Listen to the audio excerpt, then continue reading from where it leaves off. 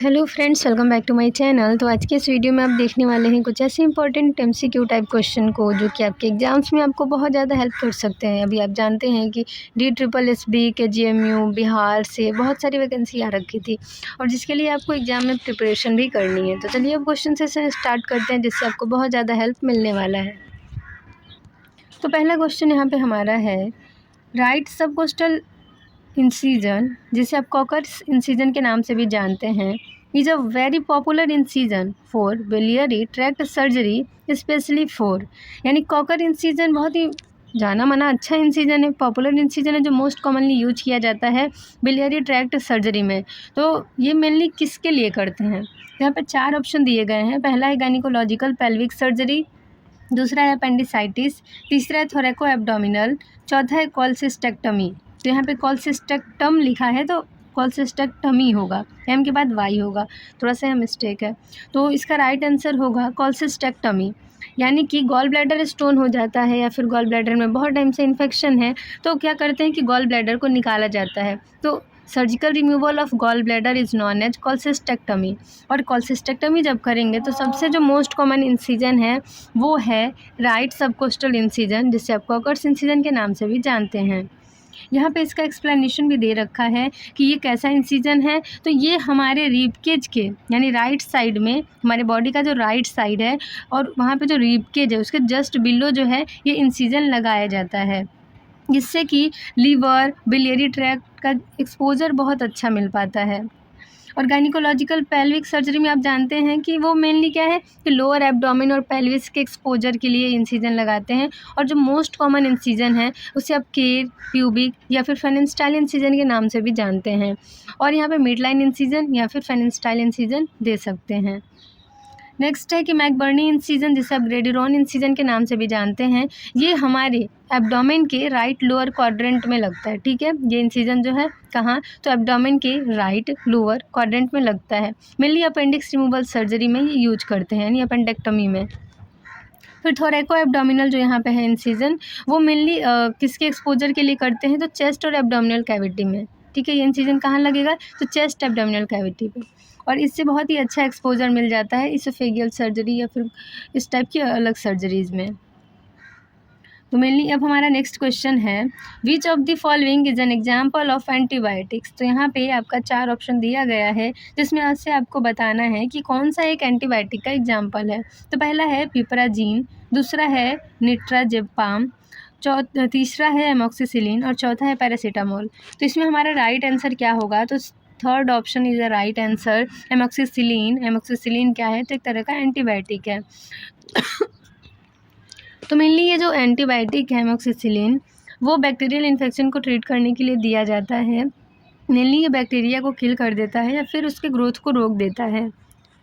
Amoxicillin जो है वो बहुत ज़्यादा यूज होने वाला एंटीबायोटिक है। और ये किसके ग्रुप का है, तो ये mainly penicillin group of drugs, यानी किसके ग्रुप का है, तो पेनिसिलिन के ग्रुप का है। ये वर्क कैसे करता है, तो बैक्टीरियल सेल वॉल को सिंथेसिस होने से रोकता है, जिससे कि बैक्टीरिया का डिस्ट्रक्शन हो जाता है। तो आप जान गए कि एमोक्सिसिलिन जो है बैक्टीरियल इन्फेक्शन को ट्रीट करने के लिए दिया जाता है। और मेनली जो इन्फेक्शन आपके नाक में, कान में, गले में, यूरिनरी ट्रैक में, स्किन में हो रखा है, तो एमोक्सिसिलिन जो है दे सकते हैं। ठीक है, ये बैक्टीरियल इन्फेक्शन को प्रिवेंट कर देगा आराम से। ये जो एमोक्सिसिलिन है वो अदर मेडिकेशंस के साथ में भी दे सकते हैं। ठीक है, कंबाइंड करके भी दे सकते हैं। अब हमारा जो है पिपराजीन भी, उसमें आपने नाम सुना था, तो वो कोई एंटीबायोटिक नहीं है, वो मेनली एंटी पैरासाइटिक मेडिसिन है जो कि पैरासाइटिक इन्फेक्शन को रोकने के लिए दिया जाएगा। फिर यहाँ पे नेट्राजेपाम जो है वो भी एंटीबायोटिक नहीं है, वो बेंजोडाइजेपिन क्लास से बिलोंग करता है। और यहाँ पे जो हमारा है पैरासीटामोल, ये जो है एसिटामिनोफेन यानी एसिटामिनोफेन के नाम से भी जानते हैं। ये भी कोई एंटीबायोटिक नहीं है, ये एक तरह का एनाल्जेसिक है जो कि पेन रिलीफ के लिए और फीवर को रिड्यूस करने के लिए दिया जाएगा। तो पैरासीटामोल क्यों देंगे, तो एंटीपायरेटिक है और एनाल्जेसिक इफेक्ट है उसका, इसलिए। तो ये सारी दवाइयों के बारे में आप लोग जान गए। अब हमारा नेक्स्ट क्वेश्चन यहाँ पे है, which of the following tubes is placed inside the trachea for ventilation of a patient.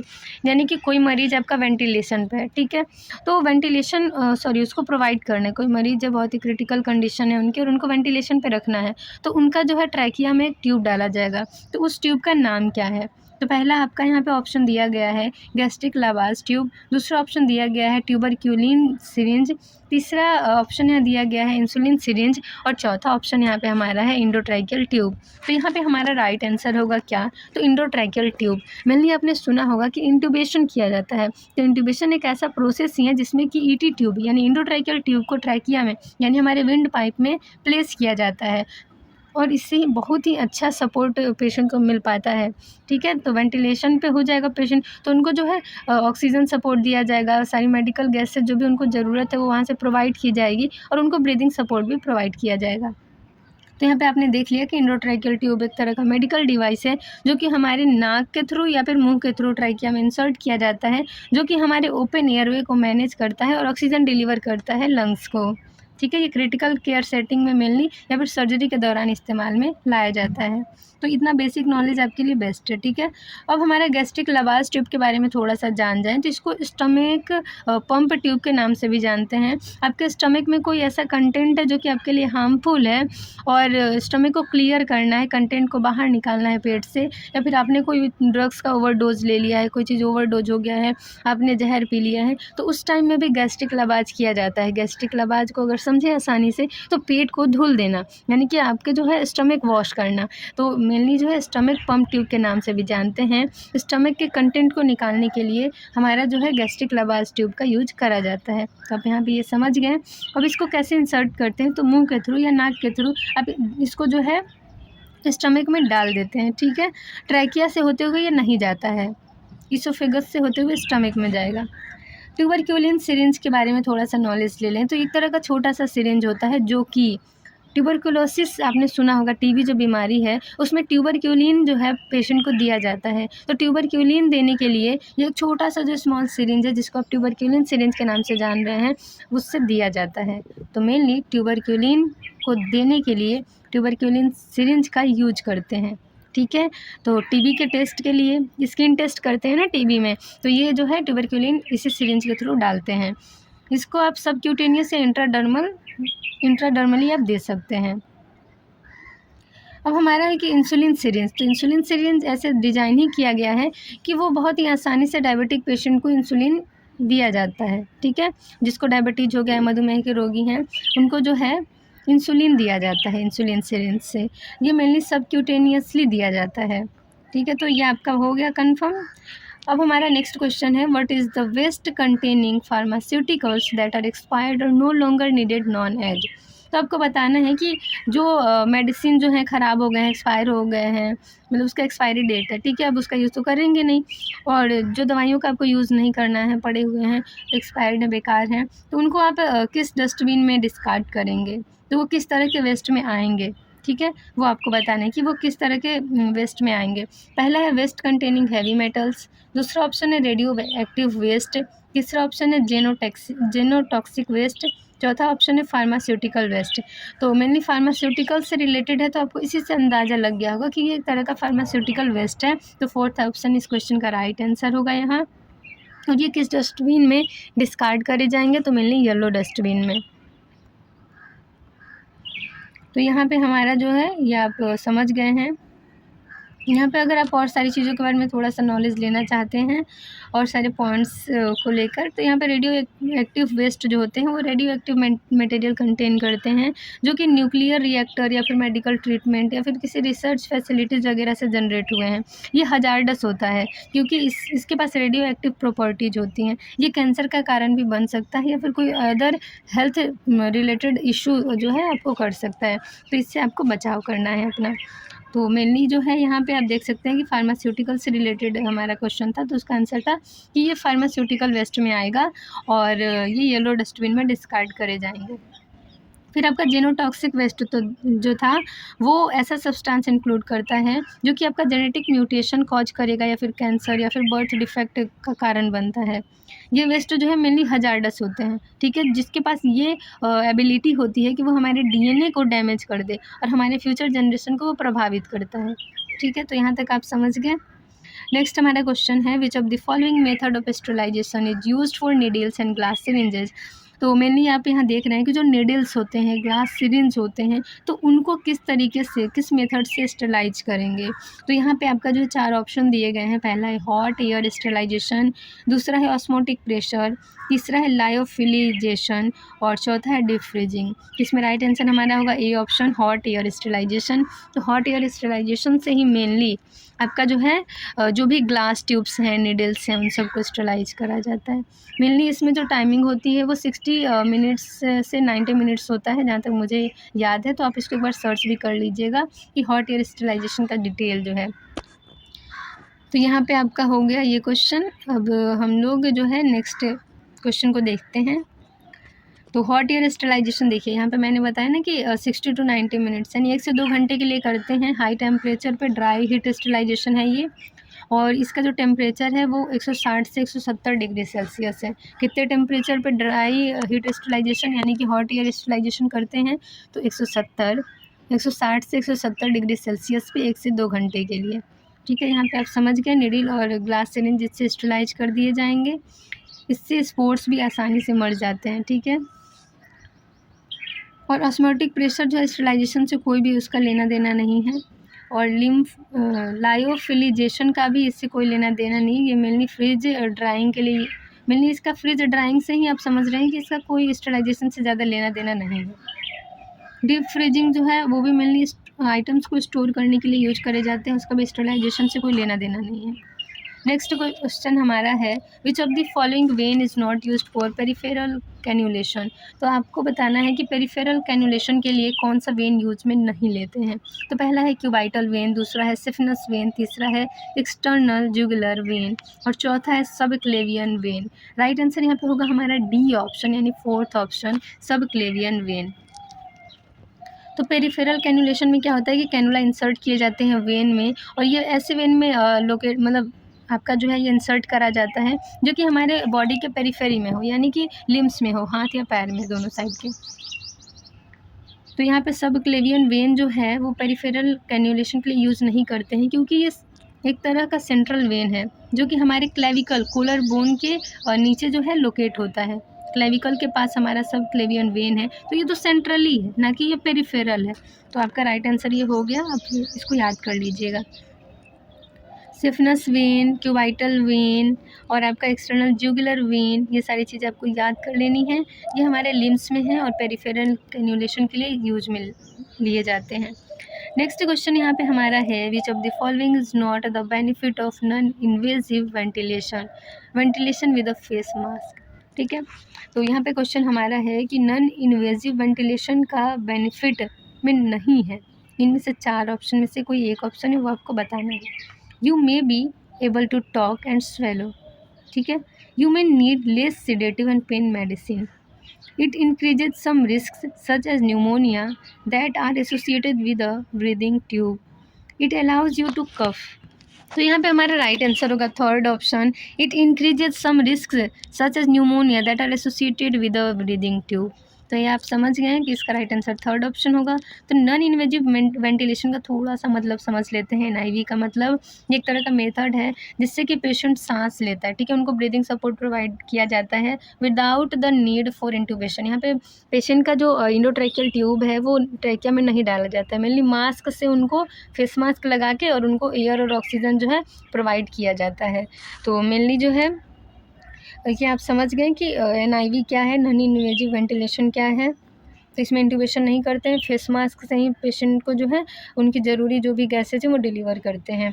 Non invasive ventilation में जो है पेशेंट का ये अलाउ करते हैं कि वो आराम से बोल भी सकता है और कुछ निगल भी सकता है, ठीक है, क्योंकि ट्यूब ट्रैकिया में थोड़ी ना इंसर्ट किया गया है। और इसमें क्या है कि NIV does not involve invasive procedure like intubation, patient often required less sedation and pain management.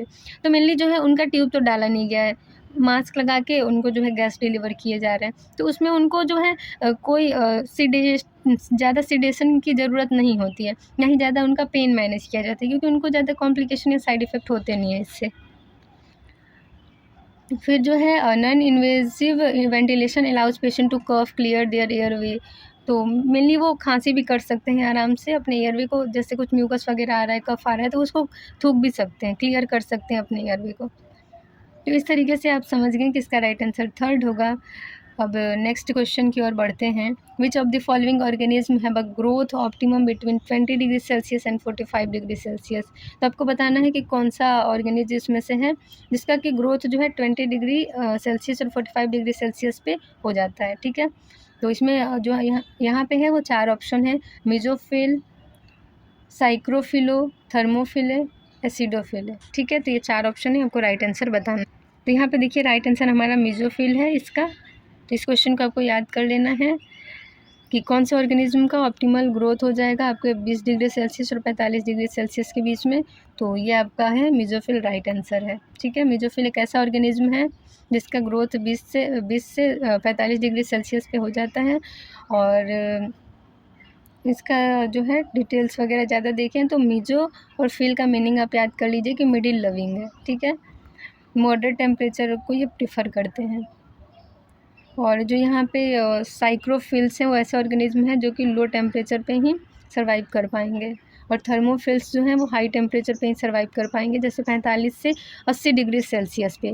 तो मीजो आपका जो है वो 20 से 45 डिग्री सेल्सियस, और आपका जो है साइक्रोफिल्स जो हैं वो लो टेम्परेचर यानी कि -20 डिग्री सेल्सियस से 10 डिग्री सेल्सियस, थर्मोफिल हाई टेम्परेचर पे यानी 45 से 80 डिग्री सेल्सियस पे, और एसिडोफिल्स जो हैं उनका कोई टेम्परेचर डिफाइन नहीं है। ठीक है, वो एसिडिक इन्वायरमेंट में ही थ्राइव करने की एबिलिटी उनके पास होती है, यानी कि पीएच जब 3 से कम होगा तो वो आराम से सर्वाइव कर लेंगे। ठीक है, तो एसिडोफिल, थर्मोफिल और साइक्रोफिल के बारे में आपने देख लिया। ठीक है, तो ये आपको क्लियर हो गया। मेसोफिल जो है 20 से 45 डिग्री सेल्सियस पे सर्वाइव कर लेगा। तो इस तरीके से अब आते हैं नेक्स्ट क्वेश्चन की ओर, और ये क्वेश्चन शायद हमने सॉल्व कर रखा है, तो अब देखते हैं आगे। हाँ, तो अब हमारा नेक्स्ट है, how many layers does a skin have in humans में, यानी हम इंसानों में स्किन की कितनी लेयर होती हैं। तो पहला ऑप्शन है 2, दूसरा ऑप्शन है 3, तीसरा ऑप्शन है 4 और चौथा ऑप्शन है 5। तो राइट आंसर होगा यहाँ पे हमारा सेकेंड ऑप्शन, 3 लेयर होते हैं मेनली, एपिडर्मिस, डर्मिस और हाइपोडर्मिस। ठीक है, हाइपोडर्मिस फैटी लेयर है, इंसुलेशन में आपको हेल्प करेगा। पहला है एपिडर्मिस, दूसरा है डर्मिस, तीसरा है हाइपोडर्मिस, यानी हाइपोडर्मिस को आप कह सकते हैं सुपरफिशियल फैसिया। तो यहाँ पे हमारा आंसर क्लियर हो गया। तो यहाँ पे देखिए जो मैंने आपको बताया है कि ह्यूमन स्किन जो है वो 3 प्राइमरी लेयर से बना होता है। पहला है एपिडर्मिस, दूसरा है डर्मिस और तीसरा है हाइपोडर्मिस, जिससे आप हाइपोडर्मिस को सबक्यूटेनियस टिश्यू के नाम से भी जानते हैं।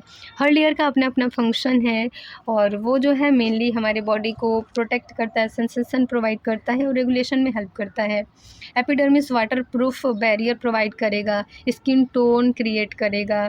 डर्मिस जो है वो किसके नीचे होता है, तो एपिडर्मिस के नीचे होता है, और ये जो मेनली है वो कनेक्टिव टिश्यू को, हेयर फॉलिकल्स को, स्वेट ग्लैंड्स को कंटेन करेगा।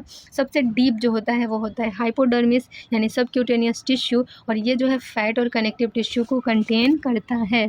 सबसे अंदर है फैट और कनेक्टिव टिश्यू, सबसे ऊपर जो है वो mainly water proof barrier provide करवाता है, और जो बीच का डर्मिस लेयर है वो टफ कनेक्टिव टिश्यू कंटेन करेगा। जो हेयर फॉलिकल्स होंगे, स्वेट ग्लैंड्स होंगे, वो सब आपके डर्मिस में होंगे। तो ये आपका क्लियर हो गया। अब हमारा नेक्स्ट क्वेश्चन है, the normal range for pulse rate in a healthy adult human is between. तो मेनली जो है यहाँ पे क्वेश्चन है कि जैसे हम इंसान हैं, हम एडल्ट हो चुके हैं, ठीक है, और हम स्वस्थ भी हैं, तो हमारा नॉर्मल हार्ट रेट यानी पल्स रेट कितना होना चाहिए, नॉर्मल रेंज क्या है। तो 4 ऑप्शन दिए गए हैं। पहला है 200 से 300, दूसरा ऑप्शन है 150 से 180, तीसरा ऑप्शन है 60 से 100 और चौथा ऑप्शन है 10 से 20। राइट आंसर यहाँ पे होगा हमारा C option, 60 to 100 beats per minute. ये आपको क्लियर हो गया, 60 to 100 बीट्स पर मिनट। ये इंडिकेट करता है कि हमारा हार्ट जो है बहुत ही अच्छे से काम कर रहा है, और जितना ऑक्सीजन और न्यूट्रिएंट हमारे बॉडी को चाहिए वो उतना सप्लाई कर रहा है। ठीक है, ये आप समझ गए। नेक्स्ट क्वेश्चन हमारा है, तो अब हम लोग जो जितने बचे हुए क्वेश्चन हैं वो नेक्स्ट वीडियो में डिस्कशन करेंगे। तो इस वीडियो को यहीं पे एंड करते हैं, वीडियो बहुत ज़्यादा लंबी हो जाएगी। तो आई होप ये जो वीडियो है आप लोग को बहुत ज़्यादा हेल्प करेगी आपके एग्ज़ाम्स में। तो चैनल पे नए हैं तो अभी चैनल को सब्सक्राइब कर लीजिए और बेल आइकन को प्रेस कर लीजिए ताकि आपको सारी लेटेस्ट वीडियो की अपडेट्स मिलती रहें। तो thank you, bye, take care. मिलते हैं नेक्स्ट वीडियो में। कुछ भी कन्फ्यूज़न, कुछ भी डाउट हो तो कमेंट सेक्शन में कमेंट ज़रूर करें। Thank you.